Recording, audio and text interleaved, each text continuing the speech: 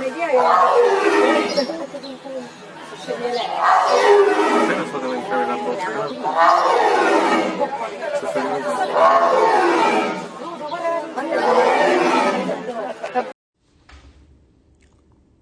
के निवेशक साथियों, आपको एक बार फिर से एस मित्तल का नमस्कार और प्रणाम। साथियों, मैं उम्मीद करता हूं कि आप सब लोग स्वस्थ होंगे और प्रसन्न रहने की कोशिश कर रहे होंगे, क्योंकि ये बात मैंने इसलिए कही कि इस समय हम लोग दोहरी मार से गुजर रहे हैं। एक तो हमारा निवेश जो आदर्श क्रेडिट कोऑपरेटिव सोसाइटी में फंस गया है, उसकी वजह से हम सब लोग बहुत चिंतित हैं और परेशान भी हैं कि इसका निदान कैसे होगा, हमारा जो पैसा निवेश किया है वो हमको कैसे मिलेगा और कब मिलेगा। और उस कंडीशन में जबकि बहुत से लोगों के साथ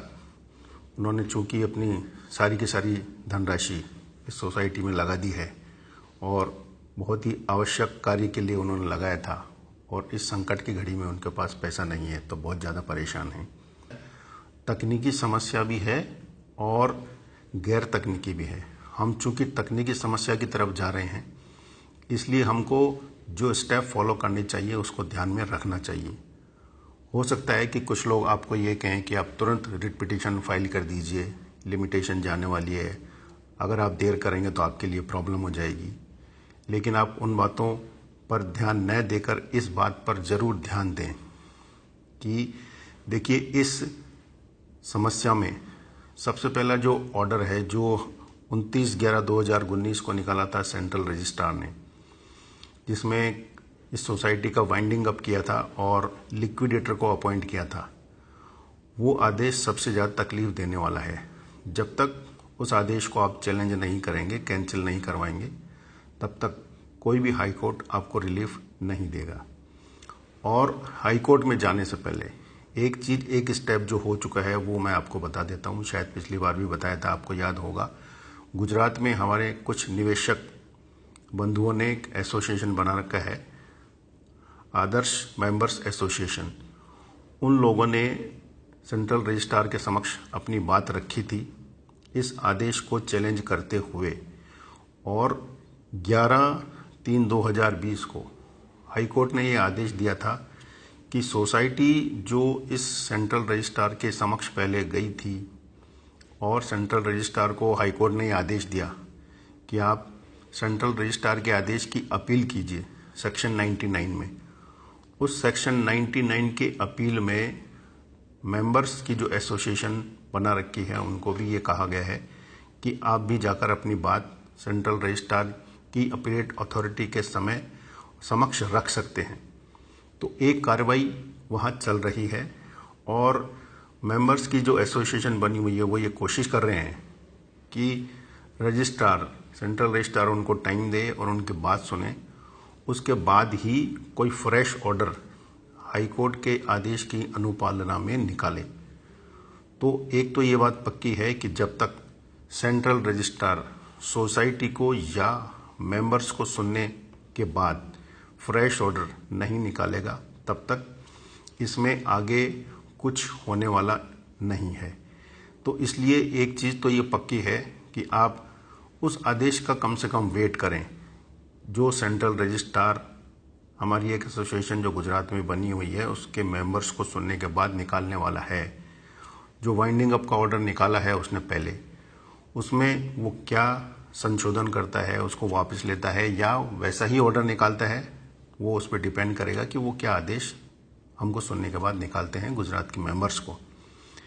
तो एक तो ये पक्की बात है कि आप बिल्कुल इस बात से निश्चिंत हो जाएं कि ऐसा नहीं है कि आप 1 महीने या 2 महीने में हाई कोर्ट में नहीं जाएंगे तो कोई बहुत बड़ी आफत आने वाली है। बल्कि अगर आप जल्दबाजी करेंगे और चले जाएंगे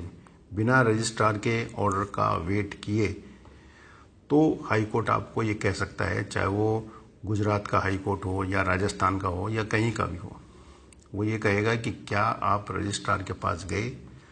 उनके सामने आपने अपील रखी। क्योंकि गुजरात के हाई कोर्ट ने अगर एक बार ये आदेश निकाल दिया है कि आप अल्टरनेटिव रेमेडी को अवेल करने के बाद, सेंट्रल रजिस्ट्रार के पास अपनी बात रखने के बाद हमारे पास आई, तो ये बिल्कुल आप मान के चलिए कि दूसरे किसी भी स्टेट का हाई कोर्ट बिना इस बात को जांचे परखे और बिना इस बात का आदेश दिए कि जो गुजरात हाई कोर्ट ने आदेश दिया है सेंट्रल रजिस्ट्रार के पास जाने का, उससे अलग आदेश नहीं देगा। इसलिए ये पक्का है कि सेंट्रल रजिस्ट्रार क्या आदेश, या आपने कहीं दूसरे स्टेट में हैं, आपने एसोसिएशन बना रखी है, तो उस एसोसिएशन के माध्यम से सेंट्रल रजिस्ट्रार को एक लेटर रिप्रेजेंटेशन लिख सकते हैं कि साहब आपने जो वाइंडिंग अप का ऑर्डर निकाला है वो गलत है, हमको सुनिए, हमको अवसर दीजिए, हमको सुनने के बाद आप वाइंडिंग अप का या लिक्विडेटर अपॉइंट करने का जो ऑर्डर है वो ऑर्डर निकालिए। दूसरा तरीका ये है, आप अपने लेवल पे चाहे किसी एमपी से मिलें या दूसरी कार्रवाई करें, उसके लिए आप स्वतंत्र हैं, आप वो भी कर सकते हैं। और आप ये मान के चलिए कि ये आदेश जब तक नहीं आएगा, उस आदेश से कम 6 महीने बाद तक आप रिट पिटीशन फाइल कर सकते हैं। यानी इस साल के अंत तक कोई जल्दी नहीं है, क्योंकि ये आदेश निकाला था 29/11/2019 और उसके बाद अभी तक फ्रेश ऑर्डर सेंट्रल रजिस्ट्रार ने नहीं निकाला है, इसलिए कोई जल्दी नहीं है। ये साल पूरा आप मान के चलिए कि आपके पास है, सोच समझ के डिसीजन लें, कहाँ मिलना है, किससे मिलना है, कैसे मिलना है, किसी सीनियर एडवोकेट से मिलके, और उसके बाद सारी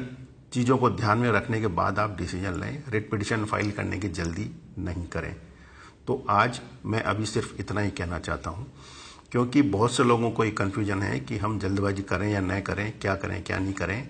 इस लेवल पे हम भी हमारे अपने प्रयास कर रहे हैं, और अगर कुछ नई चीज़ होगी तो मैं आपको ज़रूर कम्युनिकेट करूँगा, ज़रूर बताऊँगा